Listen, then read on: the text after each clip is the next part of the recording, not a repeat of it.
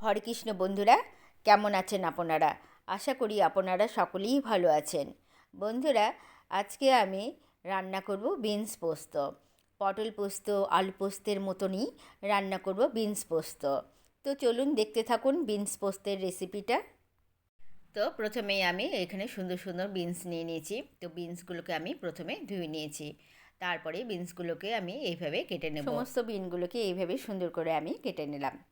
তারপরে এখানে নিলাম 4 থেকে 5 চামচের মতো আমি পোস্ত নিয়ে নিয়েছি। তার সাথে 2টো কাঁচা লঙ্কা নিয়ে আমি এভাবে বেটে নিয়েছি।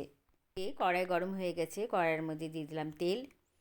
তেলটাও গরম হয়ে গেছে, সুতরাং আমি বিনসটাকে নুন দিয়ে ভেজে নেব।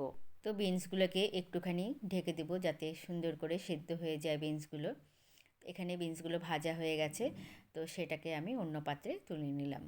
তারপর সেই কড়াইয়ের মধ্যে আবার একটুখানি তেল দিয়ে আমি কালি জিরে ফোড়ন দিয়ে দিলাম। তারপরে 2টো কাঁচা লঙ্কা চিড়ে ফোড়ন দিয়ে দিলাম। তারপরে একটুখানি নেড়ে চেড়ে আমি একটা টমেটো কুচিয়ে রেখেছিলাম, সেটাও দিয়ে দিলাম। ভালো করে এগুলোকে আমি ভেজে নিলাম। এইভাবে একটু ভালো করে ভেজে নিলাম। দিয়ে দিলাম নুন, আন্দাজ মতো নুন ও হলুদও দিয়ে দিলাম। তারপরে এখানে আমি দিয়ে দিলাম পোস্ত বাটাটাও দিয়ে দিলাম। তারপর বাটিতে একটু জলটা ধুয়ে এটার মধ্যে সেই পোস্তের জলটাও আমি এখানটা দিয়ে দিলাম। পোস্তের জল দিয়ে দেওয়ার পরে ভালো করে কষিয়ে নেব। জল শুকিয়ে এলে যখন তেল ছেড়ে দেবে তখনকে আমি ভেজে রাখা বিনসগুলোকেও দিয়ে দেব। ভেজে রাখা বিনসগুলোকে পোস্তের সাথে ভালো করে মিশিয়ে নেব। এইভাবে ভালো করে নেড়ে চেড়ে খুন্তি দিয়ে আমি জলটাও দিয়ে দেব।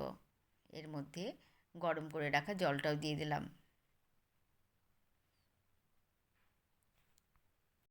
আরও একটুখানি জল দিতে লাগবে, তো আর একটু জল দিয়ে দিলাম। তো এবার জলটা দেওয়ার পর এবার ঢেকে দেব। মাঝে মাঝে ঢাকনা খুলে আবার নেড়ে চেড়ে দেবো। এই সময় একটু আঁচটা কমিয়ে দেব।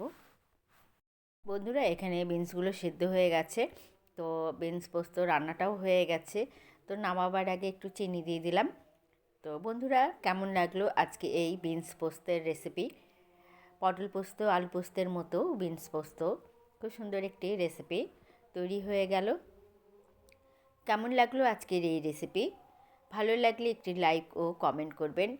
বন্ধুরা, ভালো থাকবেন আপনারা সবাই। রাধে রাধে।